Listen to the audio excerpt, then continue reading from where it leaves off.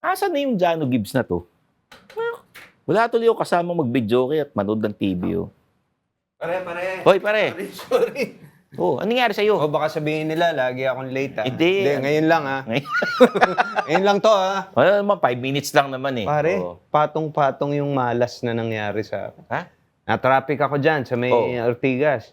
Tapos nasiraan pa ako. Nilakad ko pa yung mula Lakad mo mula dyan sa Ortigas hanggang dito? Hindi, mula sa baba lang. Akala ko naman. Tataka ako pa, mukha kang bagong ligo eh. Siyempre, nag-powder naman ako.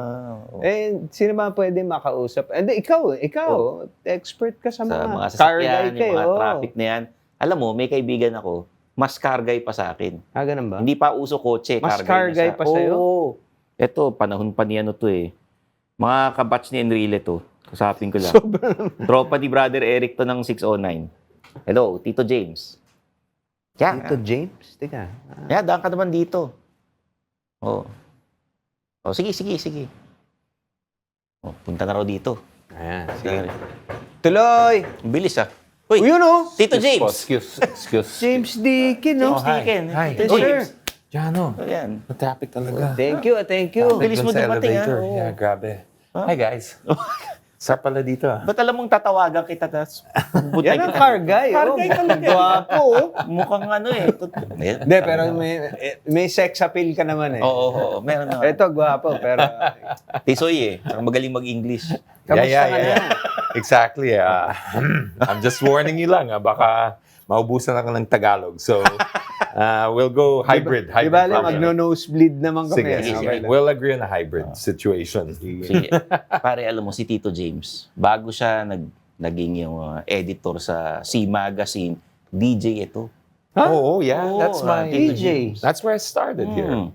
When I first landed in back home in Manila. 1990 something, 98. Kasabay mo ba sino kasabay mo? Si Robinson? Well, I was with RJ-FM. It was called The Hive back then. Okay, so The Hive. they reformatted, kasi RJ diba normally is rock and roll and all that kind of jazz. Mga 1998, 99, ganon, nag-reformat sila. I just landed in the country and that was my ambition actually. That's why I came back. No Tagalog at all. Oh. Kasi you just landed. No, I mean, I was born here, but I went to Australia. Okay. So I was born, I was born and raised until 14. 14 to 26, I was in Australia. This is why I learned a little Tagalog, but not enough. But I learned most of my Tagalog, funny enough, sa Australia. Maraming Pilipino. Maraming Pinoy, and I worked in the hospitality industry. I was waiter, barman, dishwasher, ganon. And that industry, ang daming Pinoy. And doon ang second home namin, Australia. My kids are dual citizens. Which state? Well, Sydney muna, tapos palipat-lipat. Or on the east side. Yeah. Ganda dyan. Ganda. It's ang daming Pinoy. And the difference there also is like, I don't know if when I speak Tagalog here, if I speak badly, they don't correct me. Minsan, alam mo naman yung mga Pinoy dito, they'll just work with it, right? So, ganun talaga. But in Australia, because it's a different, you're out of the, they'll tease you. You don't say it like that. That's not how you say because my brother, who was born here as well, but older, and so he spent more time here, and he didn't have that same effect. So, and he's a big guy, so they don't correct him. And one time he said to his staff, because they were saying, you gotta learn to speak more Tagalog because you're not appearing friendly, you're appearing intimidating, and you're a big guy pa, and always look sungit and stuff. So try to learn a bit of more Tagalog and converse. It's like that, huh? Like, so yeah, I'll do that. So we went first day pa lang. First day, he went to one of his staff, and I can't remember the guy's name. Let's just give him a name, John. Makano anak mo? He just wanted to know how many kids the guy had. Mali. Sir. Why? Talagang pag ikaw nagsabi nun, parang Kastila na bibilihin yung anak talaga. Pero, Tito James, No standing sa Australia? Yeah, yung no parking. No parking. Actually, not no parking. It's technically, you're not allowed to stop there. Kasi no parking is no parking. Yeah, No standing is... So, you cannot drop like dito, naka-hazard ka, di ba? Yan ang magic button natin, pang force field. When you're dropping somebody na illegally, press your hazard. Okay na. You're dropping somebody na illegal. Yeah, or if you're about to do something illegal, Oo. counterflow, Oo. yan, hazard. Hazard. Sinubukan ko mag-drive sa one Australia. time sa Australia. Nagkanda ano-ano ko. Left. Left hand. Oo. Left. Ang mahirap, okay naman pero pag yung pag-turn ka, That's ang Melbourne. ano mo, ang nakatanim sa utak mo, pakanan di ba? Kasalubong ko lang. And if you go round Rotonda, diba, you'll really lose your bearings sa Rotonda. Like, Right. it's okay to, you'll get used to it na Yeah. you're on the opposite side of the Yeah. road. Okay lang. Kasi as long as you're in the middle of the road, that's the way I teach people. It's just parang, because I would jump in and out of cars, especially in this industry. Oo. We'd be flown different countries and stuff. So, 1 minute driving left hand, the next minute right hand, etc., etc. You just have to be in the middle of the road. If the banqueta is alongside you, may problema yan. Because you should be at the center line. But when you come off a rotonda, your bearings get all... That's when Right, people right, come on right, the opposite side. And Tsaka stuff. sensitive sila dun sa honking. They're very horny. Di ba? Di ba? They are because... Konting honk mo Parang I lang. noticed that too in the States, but in Australia... Dito, they're like, wala. Dito, you know Oh, why? Because we're more tolerant because ang daming kamote dito. Yeah. If we had to honk every person, wala na tayong horn. In fact, little trivia, in India, the car manufacturers upgrade the horns because that's the horniest country apparently. When it comes to that, talagang, and I've been there. Oo. It's non-stop. Pero Pero horny, ganyan eh. Beep, everything's just, oh my God, it's a cacophony. And but in Australia, to answer your question, the tolerance is very low because they expect everybody to just follow the rules. Yeah. So konting mali lang, Yeah. Gagalit sila. Galit. ganyan. Medyo Oo. nag-swerve lang ako hinabol ako ng babae. Babae. Kinurse ako. Oo. Ganun.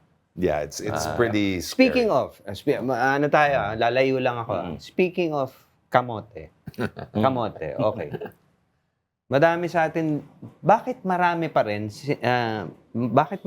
rin kamote dito na drivers?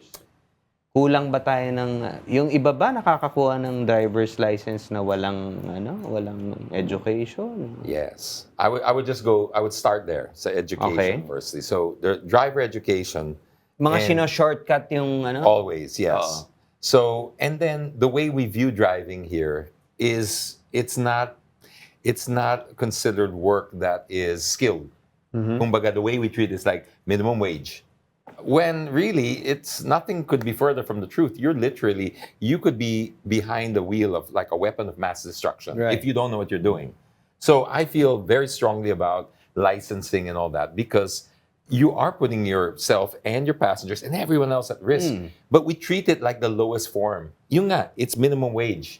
So there's no pride in the job. We don't instill pride in the job. If you go to, let's say, Germany and all these places, mga truck drivers there, a cab driver in London, I don't know if they still do it to this day, but when used to go there all the time, your studying was like a year of just nonstop, just Yun. training to be a taxi driver. You have to know all the in and outs of all the different roads, how to drive properly. Whereas here, we don't put the same weight on it. Tapos, we have agencies that don't also, well, I don't want to get too but yes, we all know what happens there. You can buy your license Yeah. or fixer. And then, generally speaking, there's also cultural.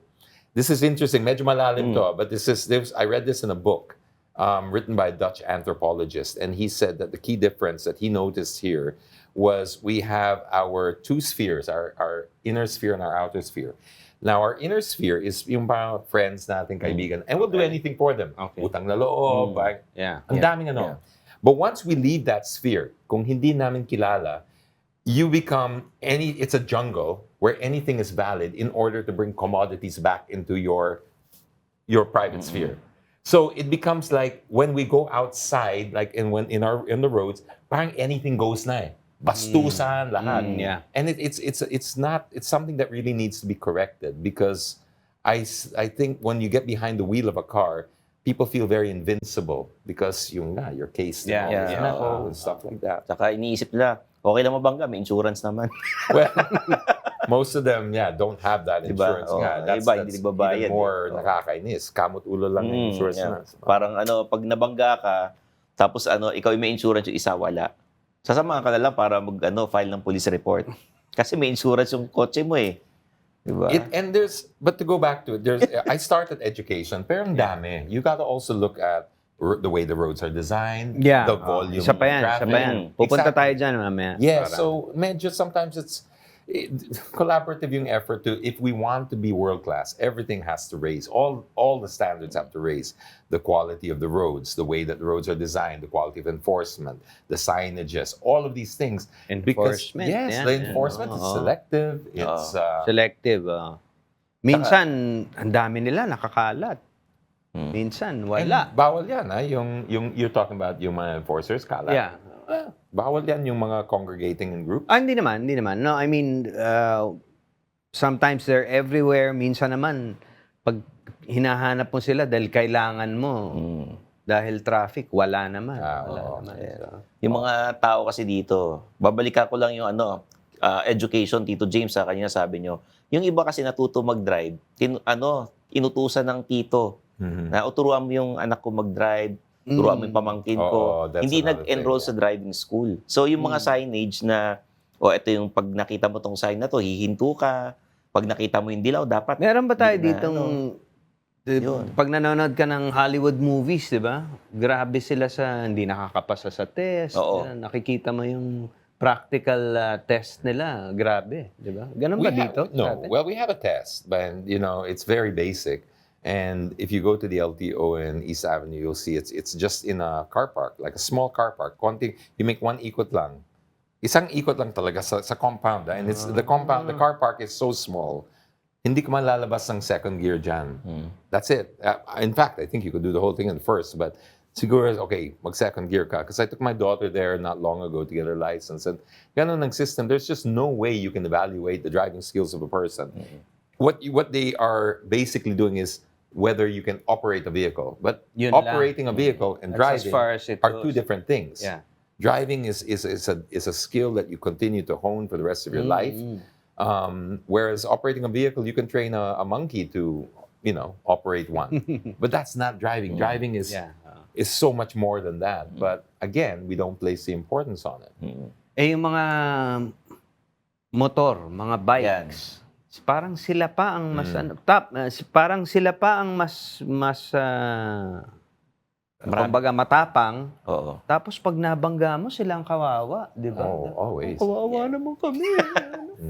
Kasi Ikaw yung kotse mga ka eh. kamote, nandun marami. Pero pagka nag-driving school sila or talaga nag-aral, matututo. Kaya lang, ang dami kasi yung iba, yung mga nagmotor, di naman nag-aaral yung iba. And you have to, what you're saying is true, but there's also a problem like with, I remember one time I sent one of my cousins to this driving school, Honda driving school.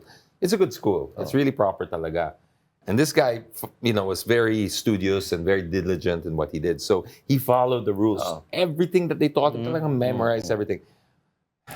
When he got out, he was a hazard on the road. Because he's the only one following the rules. So you can be too rigid as well. Tama. And I mean, this is a very difficult thing to talk about because, syempre, you should be promoting road rules and stuff, but there's a when in Rome syndrome. If you're too rigid and everybody else is, you're going to be the cause of an accident. Right. So we need everything. That's why I say everything needs to be lifted up. Because if it's just following the rules, but everyone else isn't, or we're all following the rules, but the roads aren't designed properly, it's still going to fall flat. And there's so many situations like that. I mean, you take the bus lane there on EDSA for a start. They segregated the lanes. Yeah. Okay, well, anytime you segregate a lane, you have to segregate it from start to finish. Otherwise, don't bother. It's like putting screen doors in a submarine. It won't work. The whole thing has to be sealed. But what happens in Ayala, they have to dart across 4 lanes to be able to pick up their passengers because walang dun sa baba. So, it's no longer a proper bus lane. Plus masyado silang, hindi na sila, kung doon lang sila sa lane nila, hindi na sila gagalaw. They shouldn't. You shouldn't. But there's no bus terminal underneath. So they have to cut across like that. And then, the motorists cut across to this side because they can use the bus lane because it's more. And then some parts of the bus lane are sacred, some parts are hindi pwede yan. Yeah. Tapos meron pa yung Tapos bike tayo, lane. dumadaan din tayo sa kanila Oo. pagka Oo. nagmamadali tayo. Well, there's some portions talaga where it's accepted. Like, for example, the Ayala portion. It's tolerated. It's not legal, but it's tolerated. So and these are the confusions and the inconsistencies that have to be fixed before you can really be demanding. Because that's another thing. We've got this non-contact violation Yan, now. NCAP. Right? NCAP. In theory, if you ask me, in theory, it's a great idea. Because dapat walang human intervention dyan. Oo. But look at the design of the roads, etc., and the nuances of driving. How, if you, let's say you enter the bus lane, then the camera just picks you up. Or no, here's a better example. How many times do we get the enforcer going, mag-counterflow kayo? Yeah, Kasi, yeah. Oo. di ba? So it's an initiated by the Yeah. enforcer. If the camera doesn't see the enforcer, Oo. guess what's Huli happening? yan. Huli lahat Huli yan. lahat yan. Oo. And then you say, but the enforcer, well, I didn't see that. So this is why I get really about standardizing everything. Do we even have enough cameras to Well, there's a TRO cover? still. Ang dami kasi May nating mga iskinita, mga ano. I don't think the Escanitas are yet under NCAP, but the main roads and main intersections and stuff are. And slowly it will get there. I'm for it in theory, but I didn't like the way it came out first because there was, again, we use the example of being rigid. This is even more rigid because wala talagang human intervention. It just, there were so many complaints about people that were caught from turning from the wrong lane. Yes, pero nakaharang yung lane, the correct lane to turn from. But the camera just says, well, I saw Right, you. right. So, Out of context. out of context and nuance. So you know. dapat, Tito James, pagka may nahuli, di ba? May sinasuggest ka nun na pag nahuli ka, ite-text yung Yes, kanino nakapangalan that's yung another kotse, thing. di ba? O, Because I was meeting with the guys from NCAP several times leading up to this, because they were also trying to ask what do you think what the problems are, and I said, well, this is the main problem for me is you've got to give the motorists a chance, because if you don't, none of our cars are registered, but there's no system to really send us messages and stuff like that. So what people are also complaining about is they have drivers, etc., and then their cars are being driven by their drivers, and the driver's making the same violation every day, doesn't know about it, and then 3 years later, when you go to re-register your brand new car, oh my God, your fines are through the roof. kailangan bayaran. Yes, so I told them if you can have a system where, okay, everyone registers their phone number, parang OTP, to the LTO, that way, if you run a red light, immediately it comes to you, you go, okay, I run a red light. Or my driver run a red light. Hoy, bayaran mo yan. Totoo ba, pagka maganda yung kotse mo, gumagwapo ka? Yan. Wow. Yan. Wow, Sabi that ng was mga that was a cambio right there. Yun, sabi ng Shifted mga tao gears. Oh. Well, I mean, it's like your clothes, right? If you feel good about what you're wearing, what you're driving, then yes, there is a certain confidence that can pass off as pogginess. Oo. So there is some definite truth to that. But it's also in the eye of the beholder. You might feel confident, but the person you're trying to impress may or may not. Oo. That's up to them. Some people see it as be mayabang, Oo. or some people see it as, well, he's just got good taste. So it's not a surefire, guaranteed solution, Okay. but there is some merit in that for sure. Sige. Bakit maraming yung maraming magagandang kotse, ang papangit ng mga Yan ang nagdadrive. tawag overcompensating. Making up for eto, sige, Ito. bibigyan kita ng test Hmm. Okay lang naman magbanggit ng brands kung Oo. Tito James, baka ano. Okay. best car for a road trip. Baguio, Yan. ganyan. Wow. At the moment, I would say the Lexus LM. Daya. Have you driven the? Wag naman yung wag naman yung ganun. Yung Wait, he parang didn't give me parameters. He just Kailangan said yung the best car. yung mga kotse na affordable. Okay, well, Wag naman yung ganun. sige, well, Oo. we'll Hindi start naman with the magtatampo unrealistic kasi mga 9 million yan. So, but if that I had one choice, Lexus. yes, because if you ever ride, yung Alphard. Have you seen the Alphard? Well, the Lexus is the premium version of that. The Alphard's already super premium. You put the Lexus DNA in that, and the seats are like private jet. Talagang yung oh my God, it's like absolute first class. But okay, going to your Yung something more affordable, yung reasonable, mga, more. Well, I'm kind of biased towards the SUVs. Like we got like the Nissan Terra or yung mga ganon. Those Ano are bang nice. hinahanap natin for long road Well, I like trips? those because Of course, comfort is Oo. one. medyo matipid kasi diesel sila. Yung mga, let's say the Terra, it's a diesel. It's the most comfortable of that class. Yung mga Montero, Fortuner, Yeah, no. etc. They've tuned their suspension really well. So that's really nice to ride in. It's big enough to fit everything. It's rugged. And they're designed for Southeast Asian roads. Yeah, that's what I really like about these types of cars, like Fortuner, Montero, etc. They can take a beating. Ladder frame chassis. Tignan mo yung mga potholes natin and all that. It doesn't get bugbog like sometimes these luxury SUVs and stuff. It's nice in the beginning, but kalampag built after a for, while because it not can't built really for- handle our roads. City driving. City driving. If space is not an issue, I like the Nissan Kicks because it's got that electric. It's an electric Hybrid. car. Yeah. Ikaw. Sumagot ka na rin. Hindi, Dahil kasi- car guy ka eh. Hindi, Road kasi- trip. Kung road trip, kasi ito, lahat naman ng sasakyan nakakaakyat na ng Baguio eh. Yeah. Di ba? Lahat naman yan eh. Pati- Depende sa pangangailangan mo. Kung Kung mag-isa kang Space pupunta, ba ang kasama kailangan mo yung mo? pamilya mo, di ba? Kasi sinabi niya yung mga SUV, okay yun, crossover pwede rin naman, di ba? Kung small family. city driving. City driving. Yung Nissan Kicks, ang maganda dyan, hybrid siya, pero yung second row, pang dalawang tao lang yan eh. Yeah. Hindi So siya pang space is an tatlong issue, tao. Yeah. Ganun, Okay. kaya sinasabi yun. Parang tipid. Best Yeah. car na... Kayong dalawa na sumagot. Oh. Ano ang dadalhin nyo pang ligaw? Ba't man ganyan tawa mo, Tito James? Kontrabida Yung tawa yun, mo parang Oo may nga eh. nanonood sa'yo. Oo Yung nga eh. first car I think I borrowed to make ligaw si Roxy was a Patrol. Nissan Patrol. Nissan Patrol. wow. Because like Guwapo man, ah. there's this fallacy about or misconception about women liking sports cars. Okay.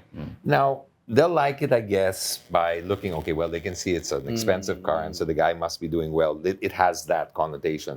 But to actually ride in it, it's not their first choice at all. It looks good, but there's no graceful way to get out of that Yeah, Ferrari right, or Lamborghini and stuff. It's not comfortable, especially in roads that are roads. Yeah. So a good SUV like a Range Rover, Porsche Cayenne, or Nissan Patrol, or a Land Cruiser, or the Lexus LM. Kanya, forma ikaw. eh. Ikaw. Ako kasi, manliligaw ka, di ba? Magdadala ako ng MPV. MPV is a With the family stick car. people in the MPV eh. Kasi pag manliligaw ako, Anong sabihin, MPV? Ano Yung ba? mga, Ano ibig sabihin ng MPV? multi-purpose. multipurpose vehicle. Multipurpose, Parang yung mga Innova, yung mga Okay. Stargazer, mga Para? ganun. Tsaka Expander Cross. Kasi, para isipin ko, kasi iniisip ko, magpapamilya ako, kasama ka. Hindi, isama mo na yung ano. Oo. Punta tayong Baguio. Sama mo na yung mamit daddy mo. Sama mo na yung And pamilya. then he already has the stick people that he put Ang in the sasabihin back, ko, huwag mo na isama yung mga magulang mo. Kailangan natin maluwag na sasakyan. Ito na. Yun. Ito na. Best car for car sex. Wow. Nice, Tito James. Ikaw na muna. Mauna ka na para baka mahiya siya eh. Ayoko, malas daw yun eh. Hindi! Malas daw sa loob ng kotse eh. Ay, Alam ko, Alam hindi. mo. Hindi totoo yun. Ikaw na muna. Siyempre, kailangan maluwag. Di ba? Siguro yung mga Kailangan nagaganon yung ano. oo, heavily dapat tinted. captain seats yun, ganun. Siguro yung mga kotse na na-review natin ngayon, Tito James, Staria. Oo. Staria. Staria, maganda Maluwag yan. ang Staria. Bili nga naman. Maluwag yun. But you notice that the manufacturers, when they lend the cars like that, walang tint. Precisely to avoid this being used for... Yeah, oo. Hindi, yung mga maluluwag sa akin maluluwag. Para pwede ka mag-shooting sa loob. Viva Max. Oo. Viva Max. Pwede kang Ikaw, Tito James. well, I think I'm past that point now, doing things like... I mean, my age... Hindi, for advice for me. Oh, yeah. Halimbawa, ako. I mean, look, let's be realistic. If two people want to do it, they're going to make it happen, regardless of what it is, right? What kind of car. They will overcome those hurdles. But if you had a choice, I guess, yeah, more maluwag, the better. You can, I guess. Pero minsan, yung mas mahirap, mas exciting. Yun nga eh. Gagawin ba sa loob ng Yung sandali, sandali, Gusto mo bang gawin sa loob ng yung masikip, yung parang jeepney, ganun, sa likod? For first time na car buyer, ano sa tingin mo yung kotse na babagay sa kanila? Ano dapat ang hanapin Oo, nila? ano yung Characteristics na lang. Bukod sa budget, kung budget is not an issue. Kasi, Oh, well, the budget's not an issue. I mean, you're, because firstly, I would say first, if like my kids and stuff, you go for a second-hand car. That's obviously brand new is out of the question. And if you're going to do that, you stick with the popular brands like the Toyotas, Mitsubishi, Honda, because you want to be sure, one, they have a track record of reliability and parts and service are easy to come by. You want to get something that's volume selling because you don't want to have issues later on with parts, etc. It's not a guarantee. But Hirap ako. American yung car ko. Hirap ng part. yes, it can be. See, in the beginning, ang sarap to drive. Yeah. They're comfortable, but then that's the thing. You have to think long term. I like to say my saying is like you marry the girl, you marry the family. The same thing with a car. So you get the car, you're pretty much married to that casa for 5 years or 3 years or whatever. Yeah. So pick properly. Don't just think yung Porma, because the Porma is once that will wear off. Yeah. Like anything. Of course. And what doesn't wear off is the monthly payments. That takes 5 years usually. So you want to get past that, put yourself in that position, past that infatuation once the new car smell goes. So what are you really left with? Are you left with a car that's going to have parts and service? That's absolutely the most important thing. Because if you can't service it properly, don't get parts, you're going to have a headache. Okay. What's the longest you should have a car? Ano dapat bago mo palitan? Bago palitan. You know, it's very personalized to people, right? So it depends on what Yung your sa akin income level kasi, is. yun pa rin ang gamit ko eh. If money's no option, then I would, or money is not as big an issue, then obviously it would be nice to change every 2 to 3 years. That's ideal. Really? But that's meaning you're not worried about depreciation as much. So money's not as sensitive. And what you're buying into is trouble-free motoring for the rest of your life because it's always under warranty and the car is always fresh and new. But I know not everyone's in that situation. So if you're not in that situation, 5 to 7 years is a decent time to be able to at least amortize the depreciation. Because you do have to take into account that every new car, no matter how nice, will depreciate. Okay. So if you're selling it after 1 or 2 years, you're going to take the biggest hit. But that's why people who lease, company leases, stuff like that, they don't really care about that. What they care about is having a new car. 5 to 7 years for that. After 7 years, it can tend to get a bit hard to maintain. Okay. And a lot of times now, this is not just in the car industry, but in many industries, they have what you call planned obsolescence. They don't design them and build them as they used to because they're designed to be replaced. Okay. So they don't. They want you to replace it. Tito James, yung mga kotse na gawa sa China, ano tingin mo dyan? Again, it's not the same as it was before, so you can't paint them all with the same brush. Okay. Dati before, you'd say, ay, hindi, wala, no, bulok yan, or hindi yan. But now, if you're really honest, and you take away the emotion, because we have some issues, diba? So take that personal issue aside and just look at it objectively. It's not rocket science anymore to build a car.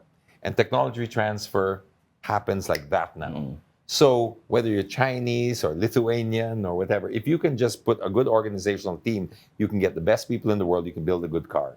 So what it comes down to now, what I look for now is the company's ethics. Because it's not that they don't know how to build a good car. They can all build a good car. Do they want to cut corners? That's what I look at.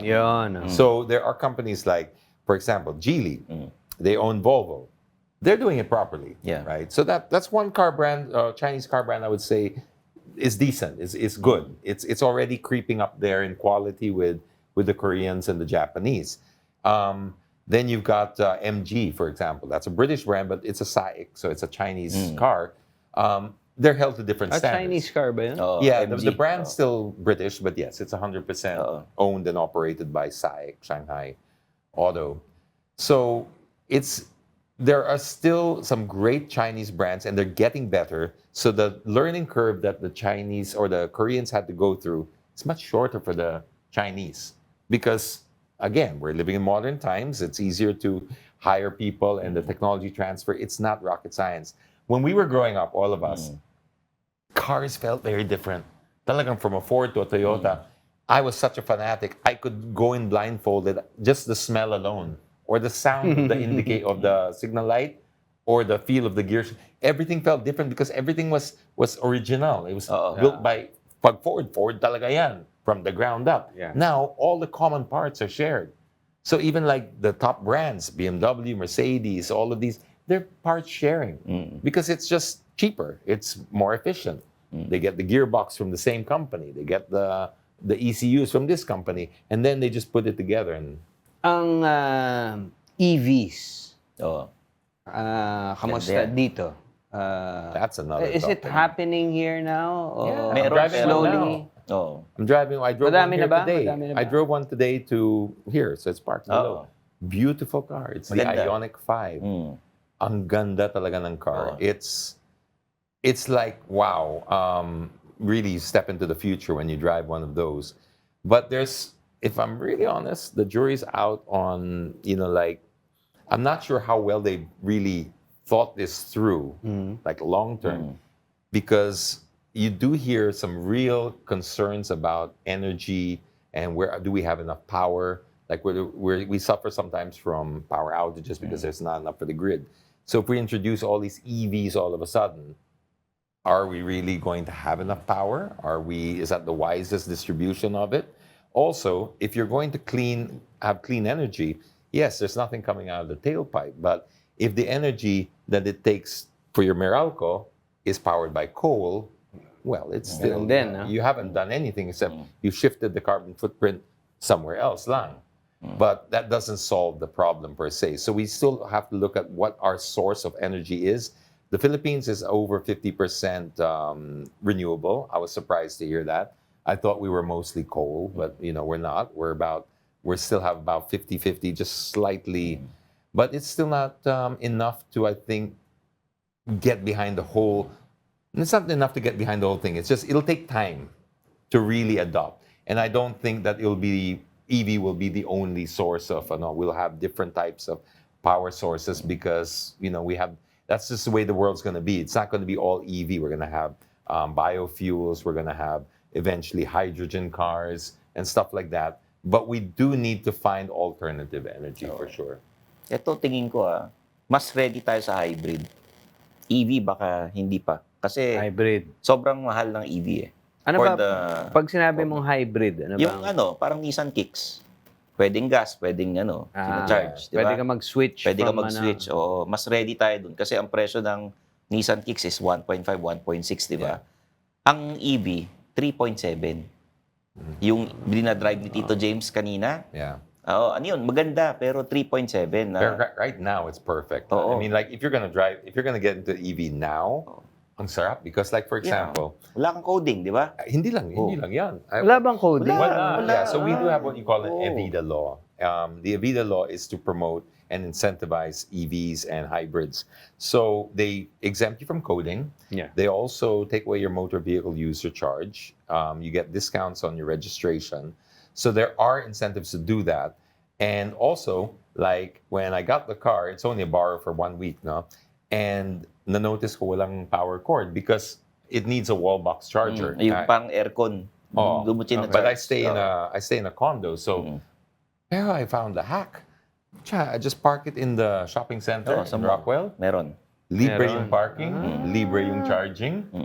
Imagine you go into it's 8 Rockwell, and many malls have this now. It's not just Rockwell, but in this case, I pulled into 8 Rockwell.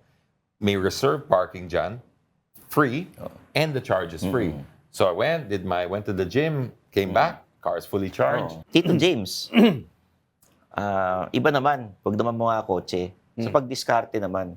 Kasi, pag mga tisoy na parang George Clooney itsura, madaling Oo, makahanap no? ng girls eh. Hindi. Totoo ba yan? No. Are you in a relationship right now? Yes, I am. Very Okay. serious one. Serious She's na. here. She's here. Pwede ba natin makita? Ito ba yung kasama mo sa mga videos? Yes. Yan. Yes, she's Pwede ba natin my yan? partner in crime there. She's the one who basically got me into these reels. Nagti-TikTok si Tito James eh. Ito yata yung nagtuturo sa kanya nito. Nakikita ko. Yeah. Pwede ba natin? Pwede ka ba mag-hi sa camera? Come. Oo. Just say hi. Mm. Yan. Oh, yun. Yan dito. Yan, We'll all fit. We'll all fit. Hi. Yan Hi. Ayun. Ano, Si saya dito. Roxy. Masaya. Better we fit. We all fit. Sige. It's a four-seater. Yeah. Ayun. Si Roxy nagtuturo kay Tito James mag-TikTok. Because your occupation is? Yeah, I'm a full-time content creator, and my main platform is Instagram. And Ayun. his main platform is Facebook, and he's Yeah. trying to transfer to Instagram. So Facebook, pang mga ano yun? Pang mga tanda That's na the yun. thing. Yeah, that's exactly what she's saying. Is that when that's my main platform. So, ang lakas De, dati. joke lang. No, joke lang. it's true though. It's true. No, what you're saying is true. And I've noticed it. Seems to be. It's not what it was. It's still number one here in the Philippines, but Yeah. I think it's number one because the market that's now there. Instagram ba is number one or No, TikTok? Facebook. It's Facebook still pa number rin, one. Facebook. Philippines. Philippines. oo. But it has a very aging demographic. It's not. They're not onboarding anyone really new. And people are falling off the platform and trying out these new ones like, not new anymore, but Instagram, TikTok, and now Threads, etc. So when I was Ano trying mas malakas? TikTok, Instagram? Philippines, I think TikTok might be. yeah, I think it might be. Yeah, But you know what's weird with TikTok? Here's something for a content creator, Yeah. it's very hard to predict because you could have, it's not based really on your following. Anyone can make putok on TikTok. Yeah. Anybody, which is great. I love the idea of it's democratized the space. But if you're doing it as a content creator, you can't really say, well, like on Instagram, we can say, I guarantee that if we do this type of reel, we're going to get this amount Yeah. roughly. Medyo predictable within, 20 or 30,000 off or something, but at least it's ballpark. But with TikTok, it's parang roll the dice. Minsan, you can have a million followers or 100,000 followers, and then your video is 100, 200 people saw it. Yeah. You're like, True. wow, what's happening here? And that's hard for a content creator because you're doing it full time. Ako, nagko-complain ako eh. Magpo-post ako ng, siyempre, singer ako. Oo. Po-post ako ng bago kong song. Po-promote ako. This is my new single. Ganun. Mas marami pang views yung nagpapagupit lang ako eh. hindi ko I know that eh. feeling. Oh. Medyo disappointing. Iba na talaga gusto ng mga tao eh. Organic ang Iba gusto na, nila eh. oo. Parang ganun eh. Tito James, ano ba tinuro sa'yo ni Roxy sa TikTok? Yan. Ano ba mga ginagawa natutunan mo? natutunan mo? Well, Oh. I think what she taught me was it's using there's a different language on the internet now, right? She taught me how to basically communicate in that format. So it's skits, they're fast. Right. They gotta be fast, they gotta be to the point. At least a minute, no? Not Diba? even. Not even. Not even. Some of the most popular ones are 10 seconds, 15 seconds. You got to work with the attention span. Now, if you're going to go into longer ones, you should go into YouTube and stuff Yeah. because the real format, and TikTok, you got not even a second now to get their attention. Right. It is so crucial, and this is what Roxy does really well. She knows exactly how to basically grab that attention in the first second. Cover mo pa lang, kailangan maayos Yes. na eh, no? Grabe, Diba? ito Yung, dyan, ano ang I can tawag see. doon? the real cover. Oo, tsaka Parang ano? Thumbnail. thumbnail. Thumbnail. Oh. When I see her preparing the video, because dati ganito lang ako eh. I would be on, I would have a thought, uy, grabe to, kamote yan. I would just write and post. That was it. I would just write it like that, and within a minute it's posted and I'm off. And then you'd get how many reactions. But on Instagram now, and the way people are changing, yes, everything from keywords to thumbnail to color palettes to how it looks on your feed. Ang dami. You should see how tiyaga she is with everything. Sometimes it's a 9-second reel. You've been there for 2 weeks. Hindi naman. Kumusta siyang boyfriend?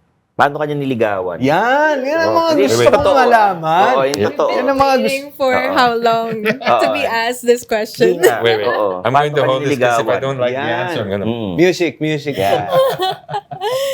Actually, James, online and in person, there's some similarities and also there's some differences. Like, Na yung kaibahan You niya wouldn't from, think because he's very confident on stage, right? Oo. But he's actually very shy and a bit how do I say this? Because you were so nervous. No, it's not so much nervous. It's like I do. My professional life is always speaking to people and on stage and stuff. So when I'm not in my professional role, I tend to, I get a little more social anxiety because I'm just like, because you're switched on. I'm sure you guys have the same type Yeah, of of feeling. course, right? of course. When you walk out, you have a switch that you have to, Right. because there's a certain expectation. It can get tiring. I love what I do, but it can get tiring. So I think what you're seeing is that once I close the door, once I close the door, I really want to relax. So the person who's with me in my private life, it's like, "Jeez, this guy doesn't talk at all." So, pero saan kayo nag-meet? Oo nga. Instagram. Ano, you slid into her DMs? Yan. Talaga? Paano diskarte ginawa mo? Well, I'm because Tito James. Content creator siya. But, she was a content creator in Dubai. So, I was like, I felt safe because she was far away and, So, yun lang, we start with the post, you like the post, you say, and we started talking about, like little messages here, or I'll leave a comment and stuff. So, build up slowly naman. Hindi naman diretso slide the DMs. No? And then, after a while, you get a bit more chatty and stuff like that. And then I just said, if you're ever, in the Philippines, if you ever come back, maybe we can grab a coffee or something. She goes, actually, I'm here now and I'm stuck here. Na ano ka nun? Kasi she was stuck here for the pandemic. So she came for a holiday or what, and then got stuck. So I said, oh, well, what area? Oh my God, it was the condo right in front of me. Wow. Like literally in front. What are the odds of that? I was like, oh my God, what building? Okay, I'm going to stand in my window. We weren't naman like window to window, but she was just in the next building. So there, nag-coffee tayo, and before you know it, Meet cute. Meet cute. Okay. Actually, it's the first time anyone's really asked. Siguro nahihiya sila pag nakikita kayo sa car events, nahihiya kang tanungin. Kasi ikaw si Tito James. That's true. I mean, they get shy to ask and stuff. So I'm glad that you're asking because it's para pag may nagtanong, panoorin niyo yung men's room. Pinag-usapan natin ito, di ba? Oo. Yeah. Just send him a link. Matagal ka niya niligawan. I'm still making her ligaw. Months? I'm still making her ligaw. Every day. You have to make ligaw. Yan ang tama. Totoo naman yun. No? But that really, not even being corny, that's something that, I've learned. It's something that you really have to, you don't just have a period of ligaw and then, no, it's every day you act as if you're still winning her over. Tanda mo yan, ha? Stanley. Oo nga eh. That's free advice, ha? Oo. Pero, eto, hindi naman sa, I just want to, curious lang ako. Pag nakikita kayo sa labas, syempre yung age gap niyo medyo malayo. Ba't malayo ba? Medyo Yeah, malayo. 20 years. Oo. We're 20. Diba? Hindi na ganun ka. Hindi naman sa Pilipinas yata. Ganun eh. No, he has a fair point. It's a fair point. There can be some awkward moments, some funny moments, people that, mistake her for my daughter. It happens, I don't take offense to it at all because I don't see malice in it. It's usually it's an innocent and it's a forgivable thing to see. I mean, look at my hair. I'm 20 years older. So, but anyone that gets to know us, and if you see us, if you even just see us for a little while, body language alone, alam mo na that's just something that these two souls are the same age. The physical bodies may not be, but the age and the soul is somehow the same. Ganda. Pero Romantic song, pala to, Oo. nakikita ko kasi, nung naging girlfriend ni Tito James si Roxy, bumata si Tito James. Naka naman. Bumata yung niyang kilos niya, meron siyang TikTok, Nag-slim. And she did, because she's a certified trainer, physical trainer. So when I turned 50, the only gift that Roxy asked from me, she said, I just want you to give me at least 1 decade of fitness. That's just the only thing I ask. 1 decade of fitness. Ngayon, you're currently in your journey. Yes, Tama ba? I'm currently in the journey. I've lost already, is it how many kilos? Was it 9? Yeah. 9 kilos so far. But that's Wow. losing 9 of fat and then trying to build up some muscle because it's every day. Nakita ko yung post mo na here's for the you who are requesting for a Yeah. full Full body shot. Because before I did I was in Yung the pool, nakaganyan. and they were like, uy, but of course, it takes a while for the rest to catch up. So sabi ko, she filmed me coming out of the pool. You were requesting for full body, so I come out. And as soon as it gets to the unflattering areas, buffering. Yeah, buffering. Meron ba kayong theme song? Yan. Oh yeah. Yeah. Stuck on you. Yeah. I got Yun? this feeling now. Yeah, it's not the Kantahin natin. Kantahin it's- natin it's sa kanya. not Alam the- ko kumakanta kayo. Nakita ko sa event. I didn't sing this to her, but like that's one I think that's probably our song. And the only other one that I probably is You Only by You by Basil Valdez. Because I sang that to her in an event. Kantahin natin. Ayun. Sama tayo. Do it tayo. Ayan, si Do it tayo. Janno. We have words ba? Kasi Ewan ko eh. Karaoke, Ano na lang karaoke. natin? You give me hope. The strength, the will to keep on. No one else can make me feel this way. But only you can bring out all the best I can do. I believe it turned the tide. Make me feel real good inside. nice. Yun. Nice. Huwag na isang mataas, hindi namin kaya yun. It's your smile, Ayan. your face, your lips that I miss. Yan.